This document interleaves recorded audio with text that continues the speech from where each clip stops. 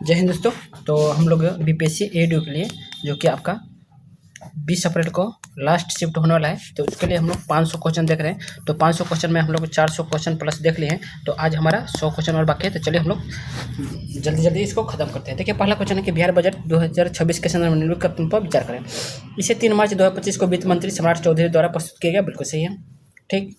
और अभी सम्राट चौधरी क्या बन गया है आपको पता है, वो बिहार के मुख्यमंत्री बन गया है, ठीक है। इस बजट की मुख्य थीम न्याय के साथ विकास था। बिल्कुल सही है, ये दोनों सही है, ठीक है। बिहार सरकार द्वारा प्रस्तुत बजट 2025-26 का कुल आकार पिछले वर्ष के बजट की तुलना में कितना अधिक रहा, तो 13.69%, ठीक है। बिहार बजट का राजकोषीय घाटा का सटीक आंकड़ा क्या है, तो 2.98। बिहार सरकार के व्यय के ढांचे के संदर्भ में कौन सा कथन सही है, तो कौन सा कथन सही है, तो आपका कुल व्यय में राजस्व व्यय 29.5% और पूंजीगत व्यय 20.5%, ठीक है। देखिए, अगला क्वेश्चन है, बिहार में राजकोषीय घाटा की अधिकतम सीमा सरकार द्वारा कितनी निर्धारित की गई है, तो 3.0, ठीक है, यानी 3 पॉइंट के अंदर में ही रहना है। राजस्व अधिशेष यानी रिवेन्यू सरप्लस के मामले में बिहार की स्थिति क्या है, तो 8,831.18 करोड़। जीएसडीपी कितना है, 0.8% का राजस्व अधिशेष है, ठीक है। 7 निश्चय 2 योजना के देखिए, राजस्व प्रत्यय राजस्व व्यय से अधिक होने के कारण बिहार एक सरप्लस राज्य का श्रेणी में आता है। राजस्व प्रत्यय राजस्व व्यय से अधिक था, ठीक है। 7 निश्चय 2 योजना के लिए वित्तीय वर्ष 2025-26 में कितनी राशि आवंटित की गई है, तो 5,972 करोड़, ठीक। बिहार बजट 2025-26 में पहली बार किस विशेष कोष की घोषणा की गई है, तो ग्रीन डेवलपमेंट फंड का, ठीक है। बिहार सरकार ने किस मंत्री क्षेत्र को काशी विश्वनाथ कॉरिडोर के तर्ज पर विकसित करने की घोषणा की है, तो बाबा हरिनाथ मंदिर सोनपुर सारण में, ठीक है। विष्णु पद और महाबोधि कॉरिडोर की घोषणा केंद्र सरकार द्वारा की गई, जबकि हरिहर नाथ कॉरिडोर की घोषणा बिहार बजट में हुई है, ठीक है। विष्णु पद और महाबोधि कॉरिडोर की घोषणा केंद्र सरकार में, याद रखिएगा। बिहार में चतुर्थ कृषि रोड मैप के तहत किस उत्पाद के लिए सेंटर ऑफ एक्सीलेंस बनाने की घोषणा की गई है, तो मशरूम, आम, आलू, टमाटर और प्याज, ठीक है। किसको किसको, मशरूम, आम सबको है, ठीक है। गुण समस्तीपुर, पान विदुर वैशाली में, और मशरूम, आम, आलू, टमाटर और प्याज सबको किया गया है, ठीक है। बिहार बजट 2025-26 के अनुसार राज्य में कितने प्रखंडों में मोबाइल पशु चिकित्सा इकाई स्थापित है, तो 534। बिहार में कैंसर अस्पताल की स्थापना किस किस के लिए बजट में किस जिले का उल्लेख किया गया है, तो बेगूसराय।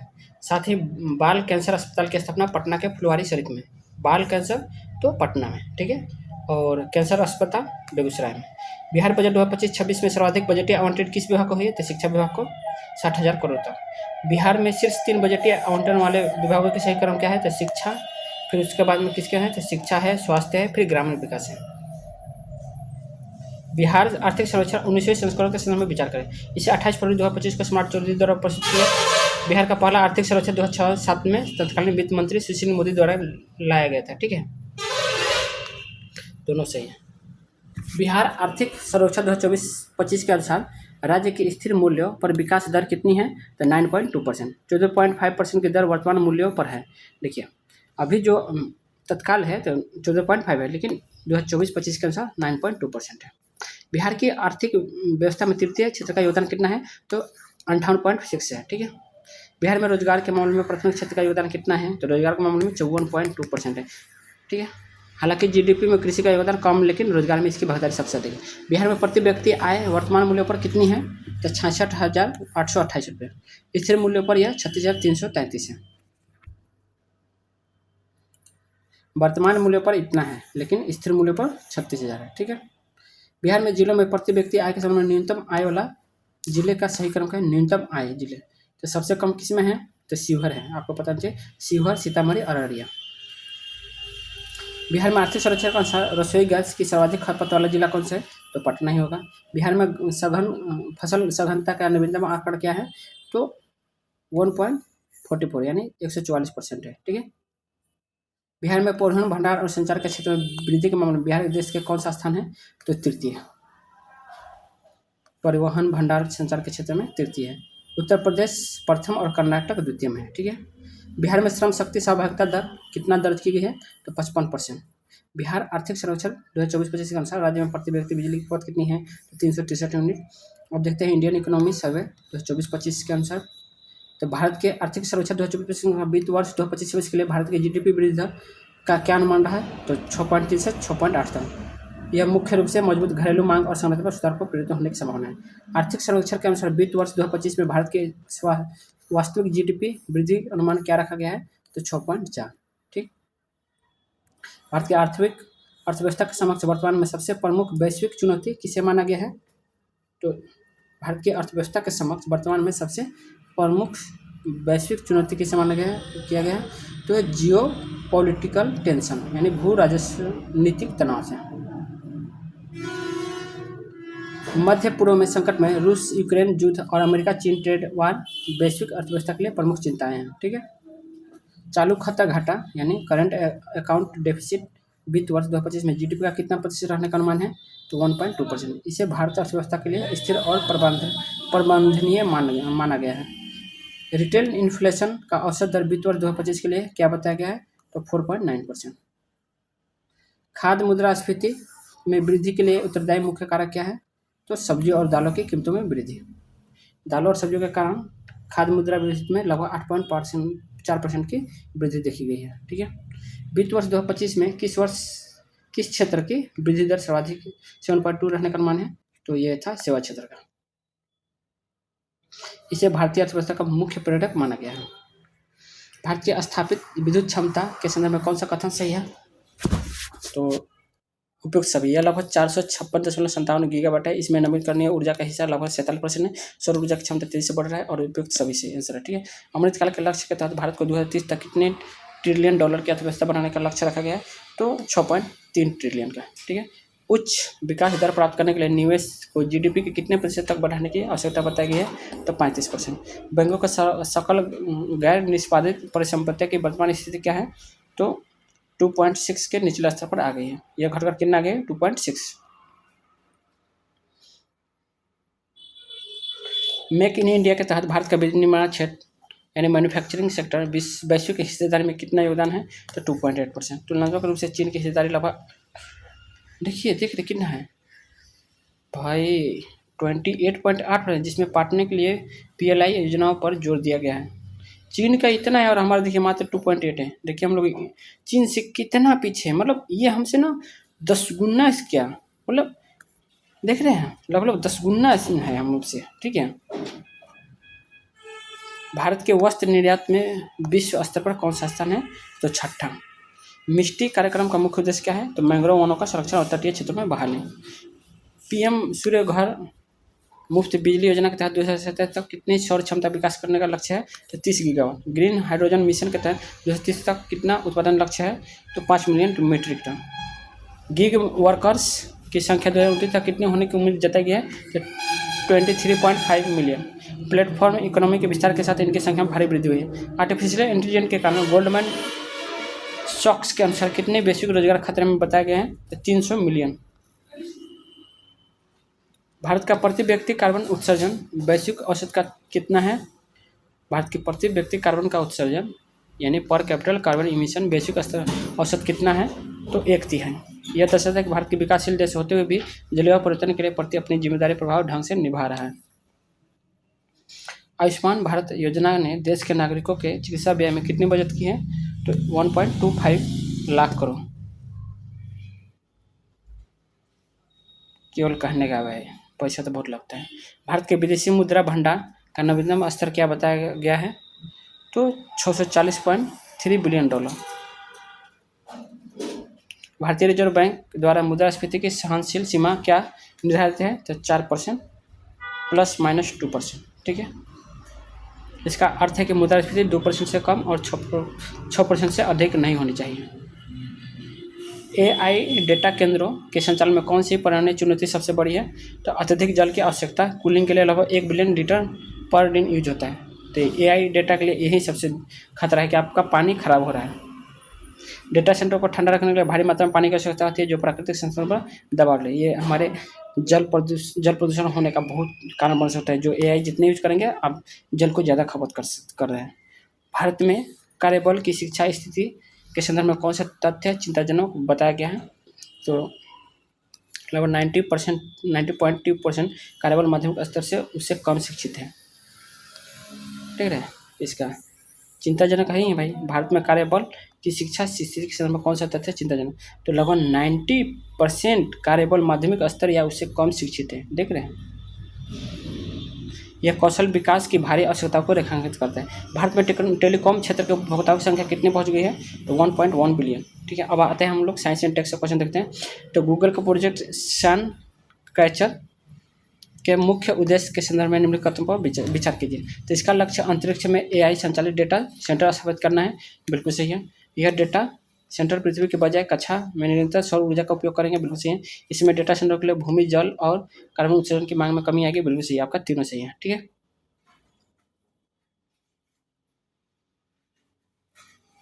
GPS स्पूफिंग और GPS जैमिंग के बीच मुख्य वैचारिक अंतर क्या है? तो जैमिंग में सिग्नल पूरी तरह बंद हो जाता है, जबकि स्पूफिंग में गलत या फर्जी सिग्नल दिए जाते हैं। स्पूफिंग अधिक खतरनाक है, ठीक, क्योंकि यह पायलट को गलत स्थान या गति का वास्तविक अनुभव कराती है। यह गलत स्थान या गति का वास्तविक अनुभव कराती है, जो साइबर हमले का हिस्सा है। ठीक, तो स्पूफिंग सबसे खतरनाक है। न्यूरो टेक्नोलॉजी के संदर्भ में ब्रेन कंप्यूटर इंटरफेरेंस क्या है? तो एक ऐसी तकनीक जो मस्तिष्क के संकेतों को डिकोड कर उन्हें डिजिटल कमांड में बदलती है। एक ऐसी तकनीक जो मस्तिष्क के संकेतों को डिकोड कर उन्हें डिजिटल कमांड में बदलती है। इसका उपयोग लकवाग्रस्त रोगियों द्वारा कृत्रिम अंगों या कंप्यूटर को संचालित करने के लिए किया जाता है। हाल ही में न्यूरो राइट्स को कानूनी रूप से मान्यता देने वाला विश्व का पहला देश कौन सा बना है? तो चिली। बायो स्टिमुलेट्स के कृषि में उपयोग के संदर्भ में क्या सत्य है? तो उपरोक्त सभी। ये रासायनिक उर्वरकों विकल्प है। ये प्राकृतिक पदार्थ या जीव हैं जो पौधों को जैविक प्रक्रिया को बढ़ावा देते हैं। ये पौधों की तनाव सहन शक्ति जैसे गर्मी, सूखा बढ़ाते हैं। तो उपरोक्त सभी। मोनोक्लोनल एंटीबॉडी का उपयोग किस प्रकार की बीमारियों के इलाज में किया जा रहा है? तो निपा वायरस और विशिष्ट कैंसर कोशिकाओं को लक्षित करने के लिए। यह प्रयोगशाला में निर्मित ऐसी एंटीबॉडी है जो शरीर की प्राकृतिक प्रतिरक्षा प्रणाली की नकल करता है। नोटिक बीमारियां और वन हेल्थ अप्रोच के संदर्भ में विचार करें। तो नोटिक बीमारी जानवरों से मनुष्यों में फैलाती है। नोटिक बीमारियां जानवरों से मनुष्यों में फैलाती हैं। वन हेल्थ अप्रोच मानव, पशु और पर्यावरण के शख्स को एकीकृत रूप में देखने पर जोर देती है। बिल्कुल सही, आपका दोनों सही। टाइफाइड कंजुगेट वैक्सीन को अपने राष्ट्रीय टीकाकरण कार्यक्रम में शामिल करने वाला विश्व का 8वां देश बन गया है। बिल्कुल सही है। तो 8वां देश कौन बना है? तो बांग्लादेश है। पार्टिकुलेट मैटर 2.5 के स्वास्थ्य प्रभाव पर हालिया शोध के अनुसार इसका संबंध किस ऑटो इम्यून बीमारी में से पाया गया है? तो रूमेटॉइड अर्थराइट्स। ठीक है, क्या कहता है? PM 2.5 बारीकी कणों को फेफड़ों के जरिए रक्त में पहुंचकर इम्यून सिस्टम में गड़बड़ कर देता है। नोबेल प्राइज 2024 फिजियोलॉजी मेडिसिन किस खोज के लिए दिया गया था? तो पेरिफेरल इम्यून सिस्टम ट्रैक्स कोशिकाओं के कार्य की खोज के लिए। यह कोशिकाएं शरीर के इम्यून सिस्टम को अपने ही स्वस्थ कोशिकाओं पर हमला करने से रोकती है। भारत के स्वदेशी क्रिस्पर जीन एडिटिंग तकनीक का क्या नाम है? तो है बिरसा 1001। इसका उपयोग विशेष रूप से सिकल सेल एनीमिया के किफायती इलाज के लिए किया जाता है। सिकल सेल एनीमिया के संदर्भ में गलत कथन की पहचान करें। तो यह एक आनुवंशिक विकार है। बिल्कुल सही है। ठीक, इसमें लाल रक्त कोशिकाओं का आकार अर्धचंद्राकार हो जाता है। यह भी बिल्कुल सही है। यह केवल संक्रामक बीमारी है जो छूने की से फैलते। गलत है। यह भारत की जनजातीय आबादी को अधिक प्रभावित करता है। बिल्कुल सही है। ठीक है, तो ये सी आपका गलत है और गलत ही ढूंढना था। आदित्य L1 मिशन के संदर्भ में लैग्रेंज पॉइंट का क्या महत्व है? तो यह पृथ्वी और सूर्य के गुरुत्वाकर्षण बल संतुलित होता है, जिससे जो पूरा स्थिर रहता है। ये आपका सही है। ठीक है, आदित्य L1 मिशन के लिए पेलोड का उद्देश्य सौर कोरोना का अध्ययन करना है। ठीक, तो VLC visible emission line coronagraph. ठीक है, तो ये आपका यही सही हो जाएगा। ठीक है, आइसोब्यूटेनॉल के संदर्भ में कौन सा कथन सही है? तो इसे गन्ने और मक्के के कृषि कचरे से बनाया जा सकता है। बिल्कुल सही है। इसे डीजल के साथ 10% तक मिश्रित किया जाता है। बिल्कुल सही है। यह इथेनॉल की तुलना में इंजन के लिए अधिक अनुकूल और कम नमी सोखने वाला है। तो आपका तीनों सही है। ठीक है, भारत के प्रस्तावित शांति बिल का मुख्य उद्देश्य क्या है? तो परमाणु ऊर्जा क्षेत्र में निजी क्षेत्र की भागीदारी को बढ़ावा देना, परमाणु दुर्घटना के मामले में ऑपरेटरों की देयता को स्पष्ट करना, 2047 तक 100 गीगावाट परमाणु ऊर्जा क्षमता हासिल करना। ठीक है, तो आपका सब सही है। स्मॉल मॉड्यूलर रिएक्टर की क्षमता सामान्य न्यूक्लियर पावर प्लांट की तुलना में कितनी होती है? तो 300 मेगावाट तक होती है। ठीक है, थोरियम मोल्टेन सॉल्ट रिएक्टर तकनीक विकसित करने में कौन सा देश अग्रणी है?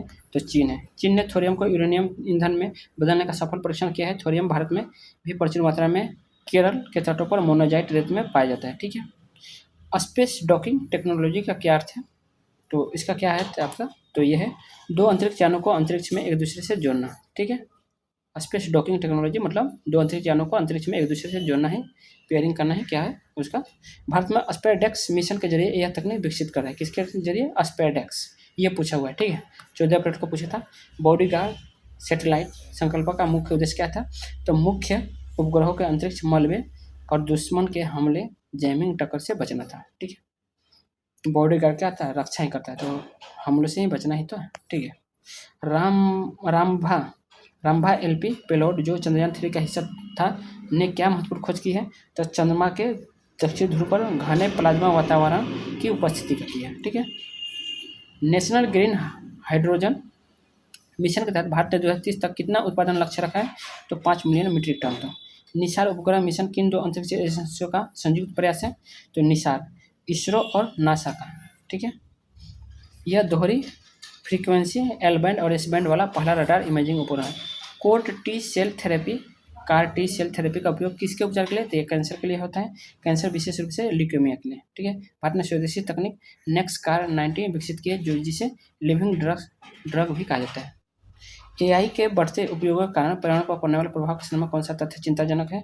तो एआई डेटा केंद्रों को ठंडा रखने के लिए भारी मात्रा में जल प्रतिदिन 1 बिलियन लीटर तक की आवश्यकता होती है। यही आपका खतरा है। ठीक है, और देखिए इसके साथ साथ अत्यधिक बिजली की खपत, ये भी सही है। ई कचरे में वृद्धि, ठीक है, ये भी आपका तीनों सही, यानी सभी खतरा के लिए हम लोग का कारण बना हुआ है। अब देखिए हम लोग 25 मोस्ट इंपोर्टेंट क्वेश्चन देखेंगे जो कि आपके एग्जाम में पूछे जा सकते हैं। छोटा छोटा क्वेश्चन है। ठीक है, तो हड़प्पा सभ्यता के समाधानों के संदर्भ में निम्न कदमों पर विचार करें। तो कब्रों में आमतौर पर मृदभान और आभूषण पाया गया है, बिल्कुल सही है। लोथल में एक ही कब्र में 2 लोग को दफनाने का प्रमाण मिलता है, बिल्कुल सही है। शव को दफनाने की मुख्य दिशा उत्तर से दक्षिण है, बिल्कुल सही है। ठीक है, तीनों सही है। कश्मीर के कारकोटा राजवंश के संस्थापक कौन थे? तो कौन थे? दुर्लभ वर्धन थे। इस राजवंश को नागवंश के नाम से भी जाना जाता है। इसकी जानकारी कन्नड़ की राजतरंगी में मिलता है। ठीक है, मार्तंड सूर्य मंदिर का निर्माण किस राजवंश के काल में हुआ था? तो कारकोटा राजवंश। ठीक है, और ये कहाँ है? तो कश्मीर में। भारतीय संविधान का कौन सा अनुच्छेद उपाधियों का अंत का संबंधित है? तो अनुच्छेद 18। ठीक, संवैधानिक प्रावधानों के संदर्भ में अनुच्छेद 17 का मुख्य विषय क्या है? तो अस्पृश्यता का अंत। एपिडेमिक डिजीज एक्ट 1897 के तहत पुणे में प्लेग समिति के अध्यक्ष कौन थे जिनकी हत्या चापेकर बंधुओं ने की थी? तो W.C. रैंड। ठीक, चालुक्य शासक तिरुचुरन पाल के तिरुपति अवलेखों में उन्हें किस उपाधि से सम्मानित किया गया है? तो महामंडलेश्वर। नालंदा विश्वविद्यालय के उस कुलपति का नाम क्या था जो ह्वेन के भारत आगमन के समय पद पर थे? तो वो था शिलभद्र। उदंतपुरी मठ की स्थापना किस पाल शासक ने की थी? तो गोपाल ने। दक्षिण भारत की यात्रा के दौरान ह्वेन किस पल्लव शासक के दरबार में गया था? तो नरसिम्हन वर्मन ममला। ठीक है, मार्च 2025 में बारबाडोस से आयोजित sustainable energy for all global forum की थीम क्या थी? तो वो था sustainable energy for equity, security और प्रोस्पेरिटी। ठीक है, इक्विटी, सिक्योरिटी, प्रोस्पेरिटी, ये तीनों सही है। ठीक है, भारत में पहली आधुनिक कपड़ा मिल 1854 में किसके द्वारा मुंबई में स्थापित की गई थी? तो काओसजी डावर। ठीक है, भारत की पहली जूट मिल के किस स्थान पर स्थापित की गई थी? तो रिसरा, पश्चिम बंगाल में। ठीक है, भारत की पहली जूट मिल किस स्थान पर? तो रिसरा, पश्चिम बंगाल में। लैंड होल्डर सोसाइटी और बंगाल ब्रिटिश इंडिया सोसाइटी का विलय 1851 में किस संस्था के गठन किया गया था? तो ब्रिटिश इंडिया एसोसिएशन। ठीक है, लैंड होल्डर सोसाइटी और बंगाल ब्रिटिश इंडिया सोसाइटी का विलय कर 1851 में किसका हुआ था? तो ब्रिटिश इंडिया एसोसिएशन। श्वेत विद्रोह का मुख्य कारण क्या था? तो यूरोपीय सैनिकों द्वारा भर्ती बोनस की मांग और क्राउन की सेना में जबरन ट्रांसफर का विरोध। बिहार के प्रमुख शैक्षणिक स्थानों की स्थापना संदर्भ में कौन सा मिलान सही है? तो कौन सा मिलना चाहिए? तो पटना कॉलेज 1873 बिल्कुल सही है। Prince of Wales medical college 1950 बिल्कुल सही है। पटना वीमेंस कॉलेज 1940 बिल्कुल सही है। ठीक, और उपयुक्त तीनों सही है। ठीक है। हड़प्पा सभ्यता की लिपि के बारे में कौन सा कथन सही है? तो ये पिक्टोग्राफी चित्रात्मक थी और दाएं से बाएं ओर लिखी जाती है, बिल्कुल सही है। और 57वें ऑस्कर पुरस्कार में किस फिल्म ने सर्वश्रेष्ठ फिल्म का पुरस्कार जीता था? तो एनोरा ने। ठीक है। बिहार के वेटरनरी कॉलेज पशु चिकित्सा कॉलेज की आधारशिला 1947 किसके द्वारा रखी गई थी? तो लॉर्ड इरविन। यह कॉलेज सर सैयद फखरुद्दीन समिति की सिफारिशों के आधार पर बनाया गया था। विश्व की सबसे मजबूत करेंसी कौन सी मानी जाती है? तो कुवैती दिनार मानी जाती है। ठीक है। ज्योतिबा फुले द्वारा लिखित गुलामगिरी पुस्तक का लेखक क्या है? था जाति व्यवस्था और दासता पर प्रहार था। धृति। ठीक है। धृति जो हाल ही में चर्चा में रहा, किसकी एक नई प्रजाति है जिसकी खोज पश्चिम बंगाल में की गई थी? तो नेमाटोड। इसका नाम भारतीय प्राणी सर्वेक्षण की पहली महिला निदेशक धृति बनर्जी के नाम पर रखा गया है। बिहार की वन रिपोर्ट 2023 के अनुसार राज्य में कुल वनावरण कितना है? तो 753245 वर्ग किलोमीटर, 7532। ठीक है। घोड़ा कटोरा झील बिहार के किस जिले में है? तो यह है नालंदा, राजगीर में है। गुप्त काल के दौरान हथियारों की आपूर्ति का प्रबंधन करने वाले अधिकारियों को क्या कहा जाता था? तो रण भंडागारिका। ठीक है। तो ये आपका 500 क्वेश्चन कंप्लीट हुआ। तो ये 500 क्वेश्चन आप लोग जरूर देख के कल के एग्जाम में फोड़ के आइए। ठीक है। तो 20 अप्रैल के कल का एग्जाम है और इसमें आप 500 क्वेश्चन आप देखेंगे तो शायद आपके अंदर एक कॉन्फिडेंस बिल्ड हो गया होगा। तो देखिए, एक बात बोलें, क्वेश्चन ऐसे आ रहे हैं ना कि जो पढ़ के जा रहे हैं वो भी नहीं कर पा रहे हैं, जो नहीं पढ़ के जा रहे हैं वो भी नहीं कर पा रहे हैं। तो भाई चिल होके जाइए, कॉन्फिडेंस होके जाएंगे ना, तो जो पढ़े रहेंगे ना, तो जो आपको आता है ना उसी हिसाब से आप सही मार जाता है। तो आप ना डिप्रेस होके मत जाइए, बल्कि आप कोई कि फेल हो या ना हो, लेकिन हम अपनी तरफ से बेस्ट करके आएंगे। तो मतलब कॉन्फिडेंस होके जाइए एग्जाम में। तो आप लोग को बहुत बहुत और बेस्ट ऑफ लक सभी को एग्जाम के लिए, कल के लिए सभी को बेस्ट ऑफ लक। अच्छे से जाइएगा। ठीक है। और क्लास कैसे लगा हो तो कमेंट कीजिएगा, और अच्छा लगा हो तो लाइक कर देना। ठीक है। बाकी सब्सक्राइब नहीं किए तो सब्सक्राइब कर लीजिएगा, क्योंकि आगे बहुत सारे एग्जाम आने लगे तो आपके लिए भी बहुत ही बढ़िया रहेगा। ठीक है। तो आज के लिए बस इतना ही। धन्यवाद।